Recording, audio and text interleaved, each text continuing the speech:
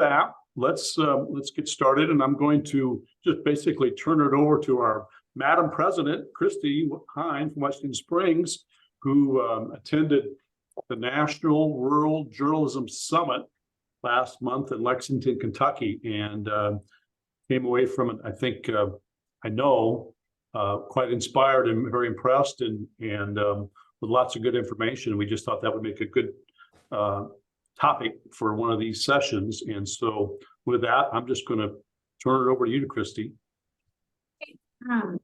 Thanks, Dave. Can you hear me now? I know we've had a little bit of an audio issue before, but can everybody hear me all right? Yep. Okay. Awesome. So I'm going to go ahead and just kind of introduce this and then just share my screen. I have slides from a variety of different presenters. So it definitely is not cohesive. It's from a variety of the presenters that were there that day. I'm going to start with the data just on the state of local journalism across the nation, and then also move, some of it, like if you read my column that was sent out next week, some of it's, alarming, but it's also encouraging and inspiring. So don't get too down, because we're going to move from the data into some success stories, and then kind of finish it out with talking on the role that investors in philanthropy is playing in local journalism. So with that being said, and if anybody has a question during, just put it in the chat or just jump on. That's totally fine. I'm going to go ahead and share my screen.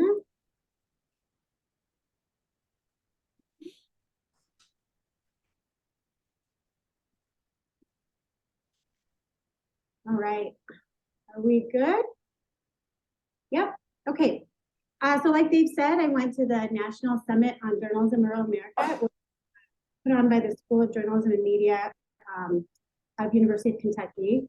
There were a wide variety of presenters. It was just back to back. It was pretty intense, but it was really good. The whole day was based around this one research question that the department has been looking at: is how do rural communities sustain journalism,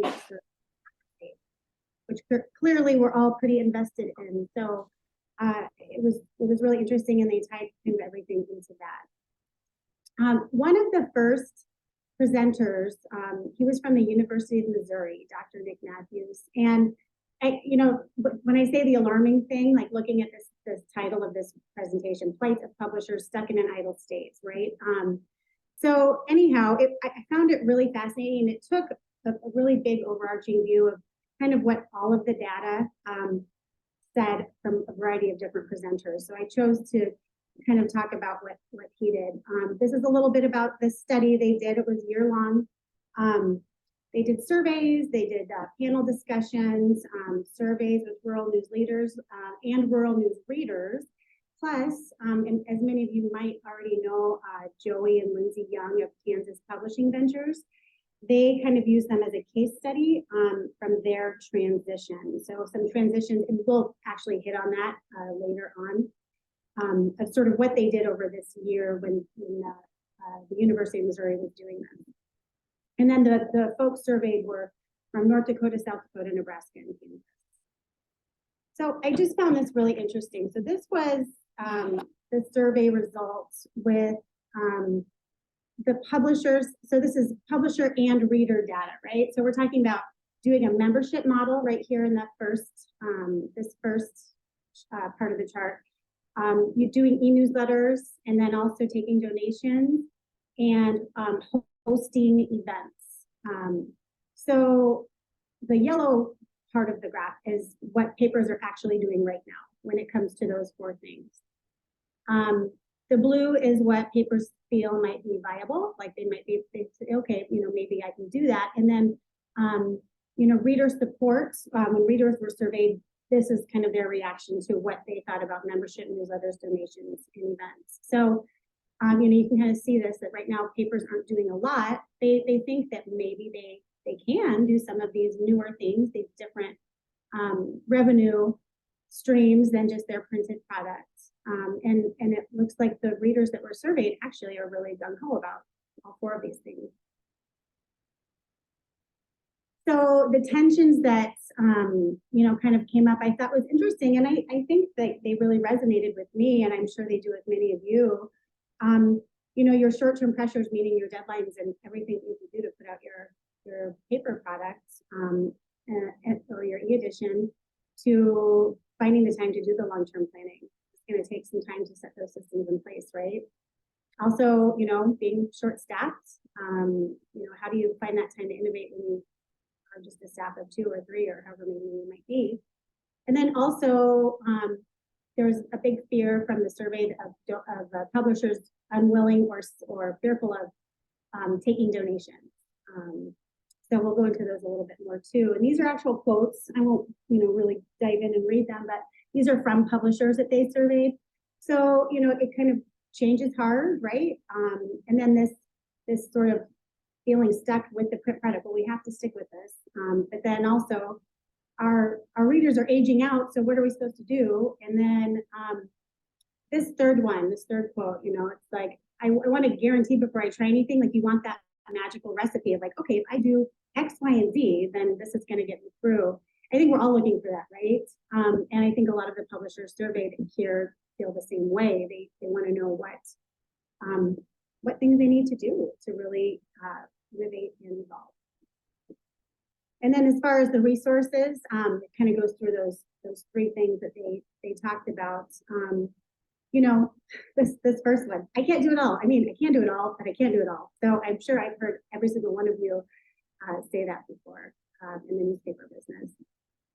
But all of this middle quote, they're actually talking about the youngs and what they're doing. It amazes me they do that. It scares me to death to try that here, but it seems to be successful. And then that's the thing too, is just the worry that we're in the news business and we need to spend our time doing that, not marketing ourselves, which is kind of what we'll get into later. And then this is about taking donations. This is the survey results, you know, kind of indicated that they were fearful that they were going to be perceived as being bought off or perceived as kind of pay and play type of news. And then also a fear of competing with the other nonprofits in their community, saying, gosh, there are a lot of needs already in our community when it comes to nonprofits. And if we're one too, how does that work? So the key takeaways from the publisher surveys really was fear, you know, and it was really powerful to hear that, because you know, just talking with other publishers here in South Dakota, it's kind of scary, you know, but there's this sort of trailblazer that everyone's waiting for, right? And innovation is needed. From the survey, they detected a real lack of urgency though with publishers surveyed. But there are examples to emulate, and they'll come later in this presentation from some of the success stories that were presented there. But this final plea, if you'll just read that, you know, that if you're saying nothing is wrong, that's wrong. The choice of inaction is not a viable choice. So something has to happen in our industry. We're at a pivotal point. So now that I did started with the doom and gloom when it comes to the publisher survey, we'll go into some of these success stories. And this is, we'll start first with Kansas Publishing Ventures. The Youngs have presented before. They do our Earn Your Press Pass. They kind of created that too. So a lot of you might be familiar with them. So just a little bit about their business. They have 3 papers in print covering 4 counties. 1's free, 2 are subscription-based.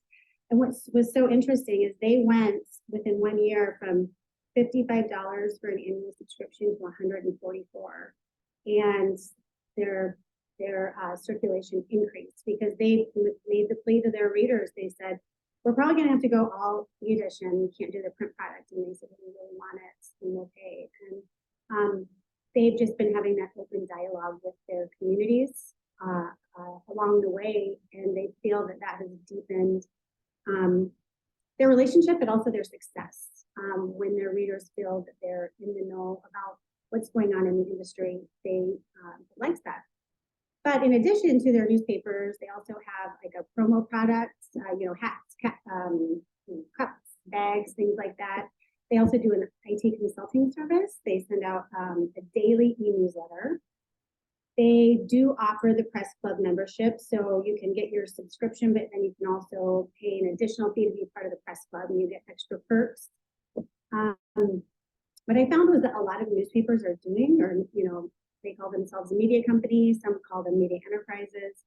A newspaper is always in the mix, but they're kind of filling this void where maybe the chamber is falling off, and maybe not really doing as many mix and mingle type events, but they're kind of being almost a quasi chamber and hosting events and kind of being the relevant, center of a community. And they've had a lot of success. They also do the food, blues, and barbecue concert, and it's a pretty big deal. And they say it's become pretty profitable as well.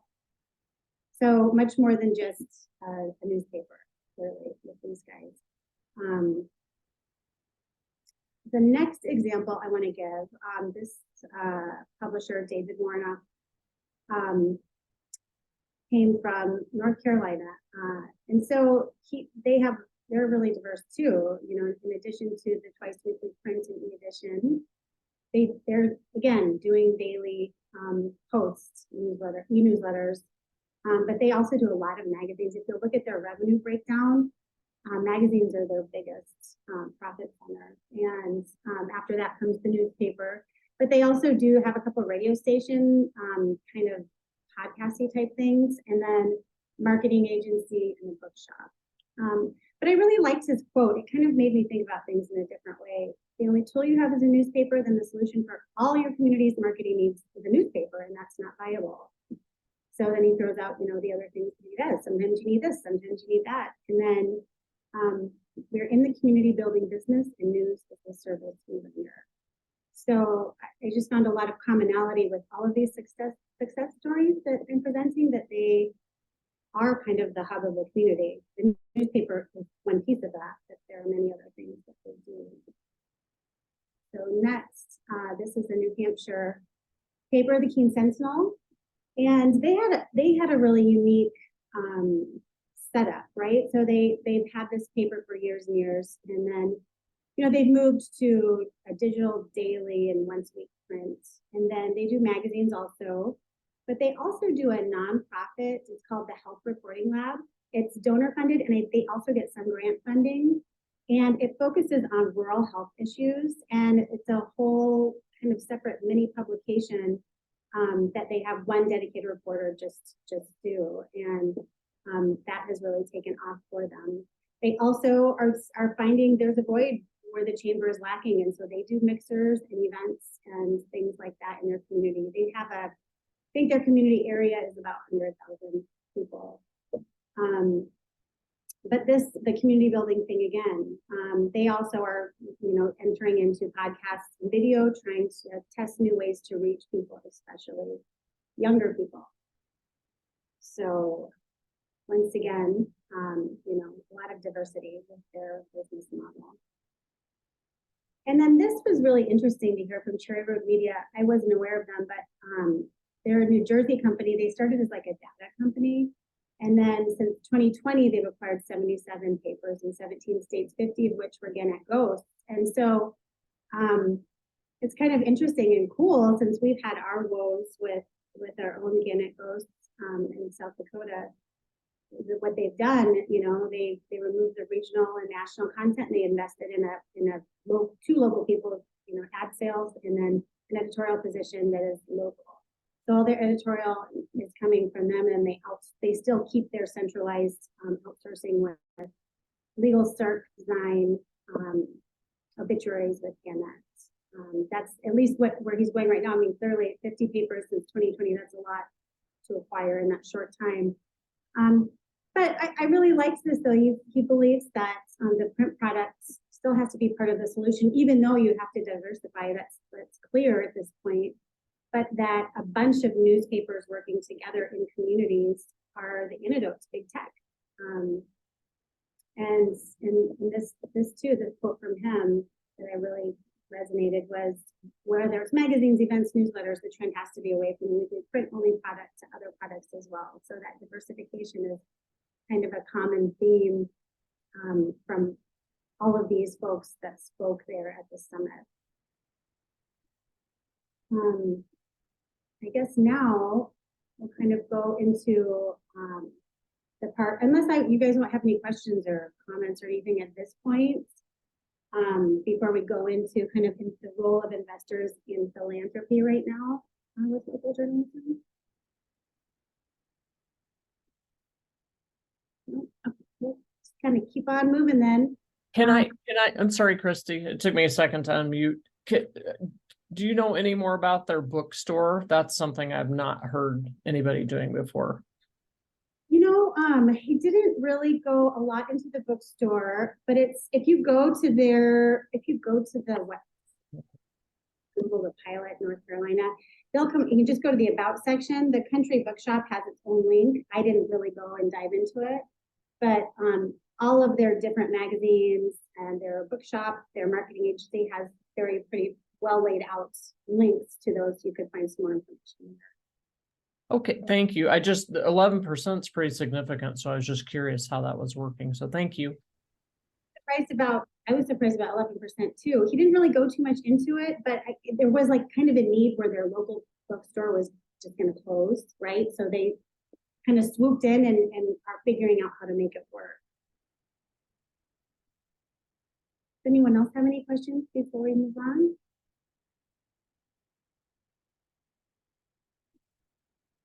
All right. So now entering the parts of the summit where they talked about the role of investors and the role of philanthropy. Right now, it's a pretty hot topic, actually, but this National Trust for Local News, they want to conserve. So, you know, we hear all the time about these like nonprofit digital startups, right? But they want to conserve the papers that have been in communities for decades and have those relationships and have that institutional knowledge and just have that depth, right?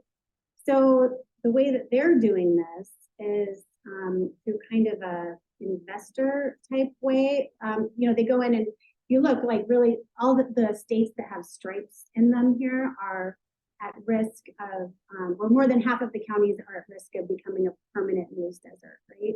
So that's always a scary number. Up here, you know, 1,424 counties in the U.S. are at risk of permanently losing their community news. So these numbers are what drives them, right? And they did this survey kind of about and it really echoes a lot of what we saw before in that University of Missouri survey. But the majority that they surveyed are privately held by families. They're small, right? They have a mix of digital and print, but they're not quite there, right? With less than 500 paid digital subscribers, and that right now, their main source of revenue is from print advertising, and legal notices. So they want to help them create a sustainable path forward. But kind of one of those alarming stats that I talked about, 3/4 of them anticipate being operating in the next 5 years, but 1/4 of them didn't really think they'd make it the rest of the year. So what this organization looks at is that the business opportunity right now, that they realize the value and the power of community journalism or small J journalism, and kind of like what the survey said before too, is that just like that community cohesion is so necessary for democracy, and that's what community newspapers do. So they see that that there's room for growth, but we can't sit around and wait for it to come to us. So what their whole thing is a reinvestment in news gathering teams. So like helping fund state level conservancies like they have in Colorado. I don't know if anybody is familiar with that. So I think there are 26 newspapers under this, like the Colorado Sun Ann's state level conservancy, where I'm not sure of the nuts and bolts of it, but it kind of transforms it into having that support of many newspapers, but keeping everything in local. So it's a lot different than just a big group coming in and taking over something. And what we've seen with everything with just for profits and forgetting completely about local journalism. One thing though, if you look at this quote here, it's that urgent word again, right? And then this really stuck with me, to leverage the runway of print and legal notices while you still have them, as you modernize and monetize your digital presence. So that's, I mean, over and over at the summit, that's pretty much what I heard and what they said, and what they're saying from all over the country in rural areas. So that's kind of more of investor focused, you know, as far as they're not coming in and making grants, but they're wanting to create, invest in, and start these state level conservancies. For straight up philanthropy and grants, right now most of the funding is for the nonprofit digital only, and honestly a lot of money is going to startups, digital only nonprofit startups. So we kind of asked that. There are plenty of legacy newspaper publishers there, and we asked, like, well, what about us, right? And so the Knight Foundation specifically, none of the other like philanthropic groups really spoke to lending a hand to for-profit newspapers at this point in time, but the Knight Foundation is working with the MacArthur Foundation to bring funding resources to local publishers. And they realize it's a pivotal moment that is a result of, you know, a steady decline in the last 10 to 20 years within local journalism, the loss of however many journalists we've had in those years, and you know, all of the things that we know with the decrease in advertising and increase in print and postage expenses. But he did offer a shining light, saying the cavalry is on the way, and we recognize the importance of, you know, traditional newspapers, and that we see that all the money is going to digital nonprofit startups, but that's not solving the problem in the communities where there still is that legacy newspaper that has already created those connections for decades. So, so that is another, you know, thing to be optimistic about. I haven't seen anything since the summit. I have kind of been following up, but Dave had actually mentioned that in the fall is kind of when Knight Foundation converges and figures out their funding for the next year. So with that being said, are there any questions? That's kind of in a nutshell. It was really intense and really amazing. I feel very privileged to go to this summit. It was really eye-opening.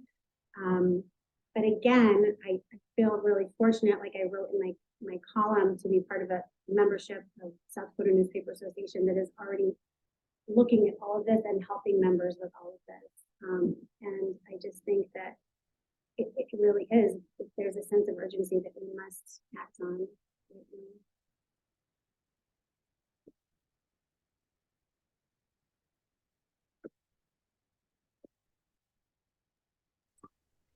Kristi, thank you very much.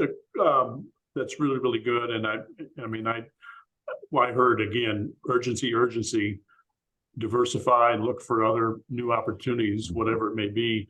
It reminds me of, you know, it can be a lot of different things. And Tim Heather, who used to publish the newspapers down at Martin before he sold and retired here a few years back, had a enterprising side business of making photo prints. He had a large scale color printer in his shop, and every week he spent half a day just kicking out prints from things that he published in the paper or published online, and the dollars he turned from that, just doing that all in house, was quite astounding when you heard about it on an annualized basis. But it reminds me that always looking for what are those new revenue opportunities that you can create within your own community that fit for you and for your operation. So questions or comments from others for Kristi?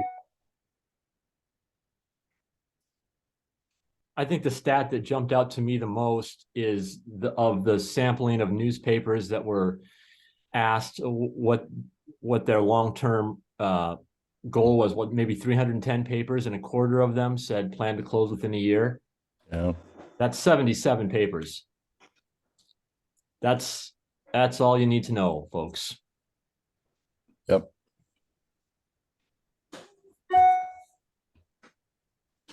Well, there's the stat out there that comes from the researchers at Northwestern University that track the quote news deserts across the country, and their data has shown that on average we've lost I think, what is it, 2 newspapers per week across the country for the last several years now. I mean, that's the rate that is happening is quite alarming. So I mean, we, in South Dakota, which I still believe is the statistic holds, is we have more legal newspapers per capita than any state in the nation. And even though we're at 105 newspapers today in South Dakota, when I first started at SDNA in 1995, I think it was 142. A few years ago we were at 125. So we've lost 20 newspapers through consolidation or closure or merger within the last 24 months. Some of that, obviously kind of pandemic driven.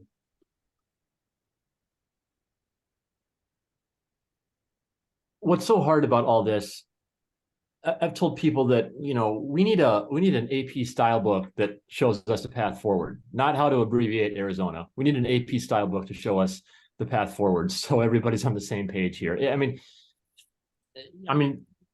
Kristi, your presentation said it. I mean, everybody's trying everything, and does one model fit all? Does one size fit all? I'm not sure. I think the thing that's important for all of us to do is to maintain that readership relationship with our readers, and go to our readers and say, what do you want? Here's our situation. Do you want push notification? How do you want to receive your news? I mean, one of the challenges, there's so many different ways we can receive our news these days, whether it's through a website or an e-edition or a print product or social media or push notifications or newsletters. It complicates things. It does. It complicates things, especially when we're short on staff and short on time. And so I think that's where it gets so scary for so many publishers. That you nailed it on the head.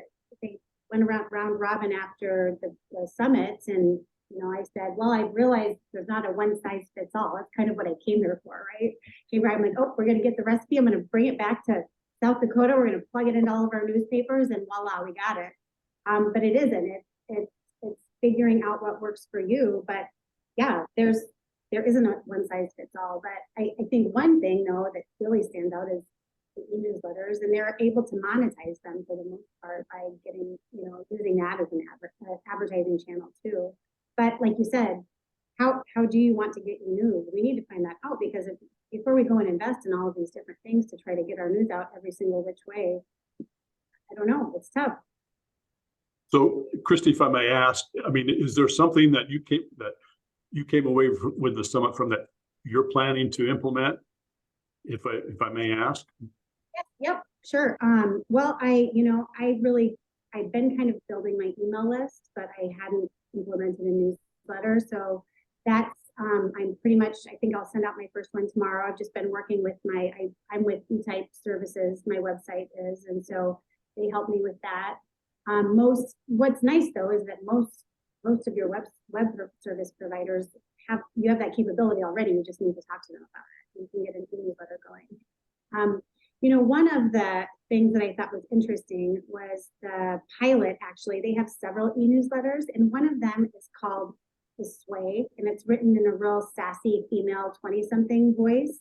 And they have gained a lot of younger readers through that newsletter.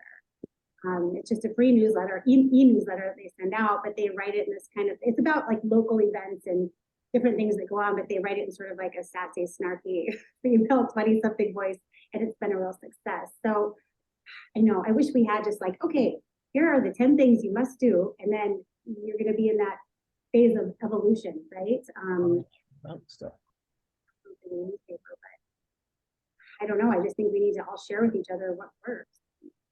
So, just something to bring up to you guys too. I don't know who else still has their own presses or where everybody's printing, but we picked up we made a conscious decision a little over a decade ago to become a printing hub, and we picked up 2 new weekly papers out of Montana, because the company that was printing their paper shut down and gave them 3 weeks notice. And we not only print it, but we input all their addresses into our circulation system, and we print the labels, label it, and sort it for the bags for them. And we charge them for that. But it's a huge savings to them because they're 1 and 2 people shops.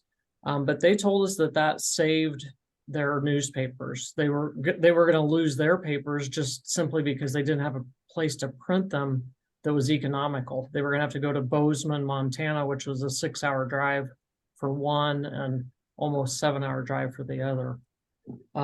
So I don't know. Just something to throw out there. Whoever does still have their presses, maybe we need to make more of a concerted effort to make sure some of these small papers know that there's presses running. They don't have to rely on just the big corporate presses.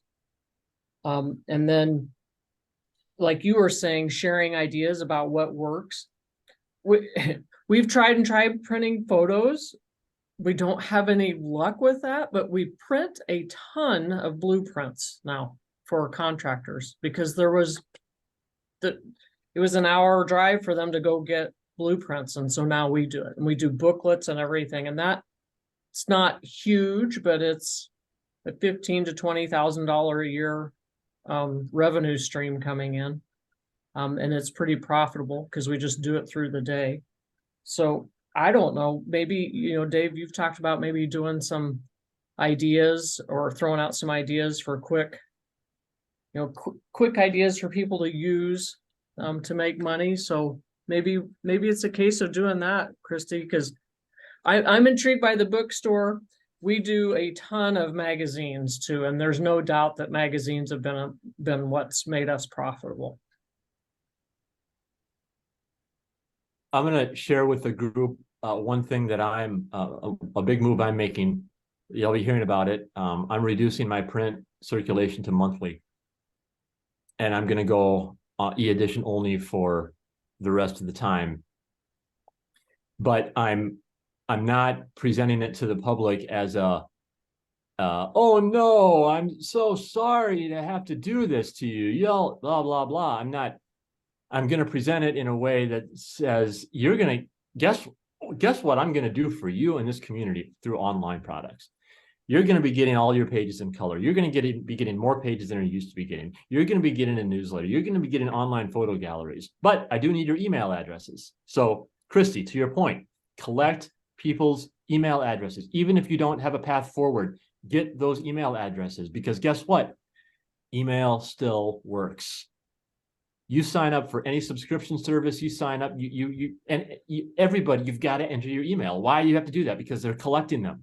That's how they get in touch with you. So I would say the headline for me in all of this is get those email address and get a database going. We have over 13,000 emails in our database, and yep. That's whatever that math is, for 4,500 subscribers, and we triple that in email addresses. The other thing that I'm doing in conjunction with all of this is I'm talking to my major advertisers and letting them know about this reduction in print, because they could get a little bit of heartburn with that, right? So what I'm doing is the print edition that's going to be published is going to be a review of the previous month in Freeman. So I've got a list of all the obituaries that ran, and I've got a list of the top 10 stories. So there will be a physical record of everything that happened that month.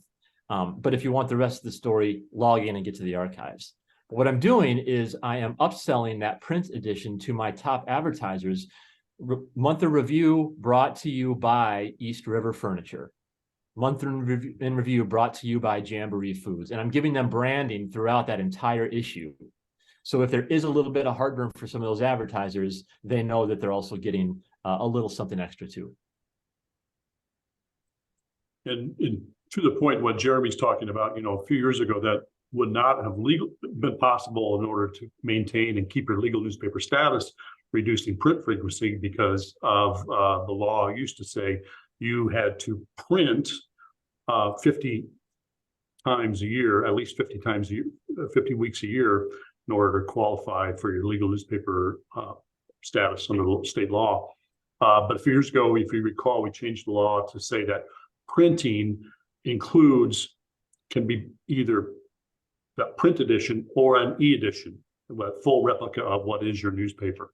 And so long as it's that e-edition is also distributed to the your subscriber base, those who get your print edition, your periodicals under your mailing permit, that qualifies. So long as you're doing that at least 50 times a year, a hybrid of both. Your periodicals permit says that you must print at least 4 times a year. It's state law that used to say you had to print at least 50 times a year. So. Jeremy, do you mind me asking what your current circulation is? About 1,300 in print, and then another 350 are e-edition only. Okay. My printing, just for context here, year to date, I'm at over $32,000 in printing and postage for my weekly. And it's not hard to do the math to figure out what that savings looks like.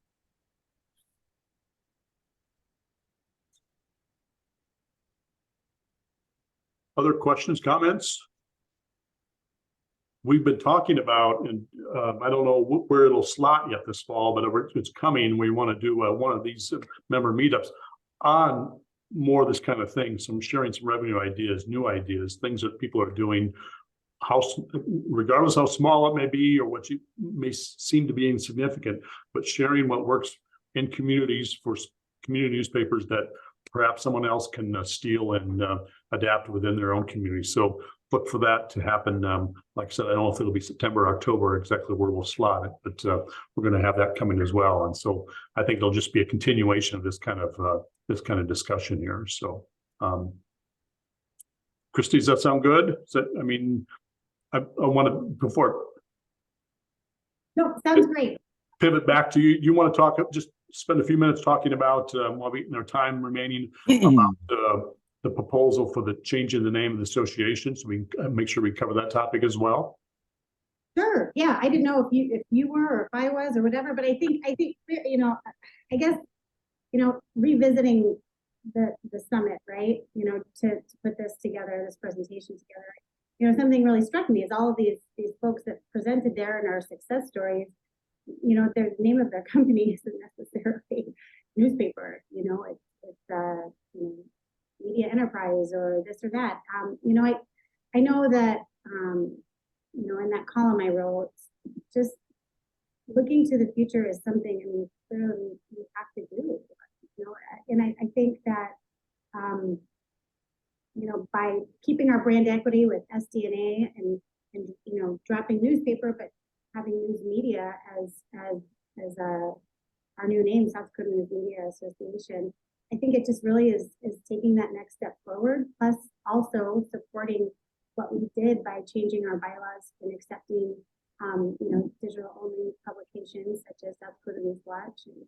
And I just think that we'd be remiss really to not, you know, and I'd love to open this discussion too, if folks want to weigh in or ask questions. But I think you can see from the contents of this presentation in that summit that you know, being a pivotal moment, we need to act with a sense of urgency. I appreciate, you know, the Newspaper Association and the work of David and staff for really being a step ahead on these things. So I don't know if maybe we want to open up for questions or comments on that proposed change. Sure.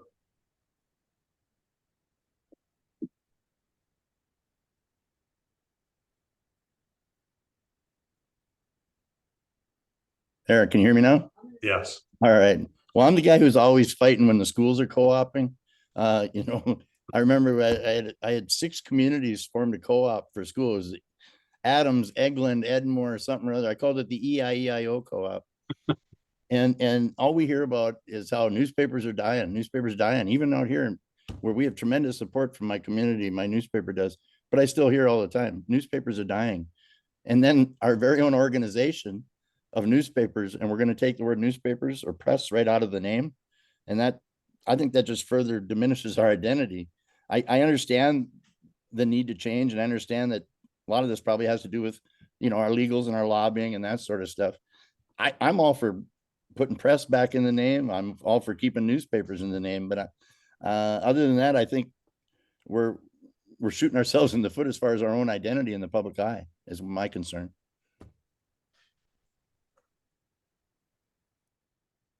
Other comments or questions on that at all? I think I've been thinking a lot about mission statements for both my own newspaper and SDNA. And I asked this question to Dave not long ago, what is SDNA's mission? And if SDNA's mission is to encourage and advocate for the printing and publishing of newspapers, then I think paper should be in the name. If it is something different, I think we need to consider what that looks like in the name. So I think the discussion is less about maybe what the name should be and more about what the mission of SDNA is, and the name should then reflect that. I hope I'm not sounding confusing here, but I don't think it's SDNA's mission to promote and encourage the printing of newspapers. Well, and I've got that question of few folks as well regarding the mission, and my response has been, regardless of the name, and I obviously I think change would be a good idea. I think it makes good sense on several fronts, but regardless, I don't believe our mission changes. Our mission has always been and continues to be, number one, public policy advocacy and lobbying on behalf of our members, which primarily is public notices in newspapers and open government transparency issues, whether it be in peer or at the federal level, primarily in peer. And that will remain the same. That won't change. And I think in some ways, as crazy it may sound, but just from my perspective as your lobbyist, that name change will help us on those fronts. Secondly, is creating revenue and revenue opportunities for members, selling advertising that can go into your newspaper. And that mission won't change either. I mean, that's still going to be kind of the 1-2 punch, is that lobbying and selling advertising. And then the other things that come after that in terms of just networking and convention and training and contest and legal hotline, all those things remain. So I think the mission is still very clear and clear cut going forward on that front. I have a 17-year-old daughter and a 14-year-old boy, and they have a lot of friends. And our house we have an open door policy in our house, and all are invited. And because of that, we have teenagers coming through our home constantly. It's wonderful. We wouldn't have it any other way. But invariably, I'll be sitting at the kitchen table or here in my home office working on the newspaper, and a friend will stop by and be like, "Hey, Germ, what you working on?" And I'll say, I'm not making this up. I'll say, "Oh, I just work on the paper." And more times than not, I will hear, "Do you still have a newspaper?" Even if they're in it, they're not looking. They don't know. These are our future readers.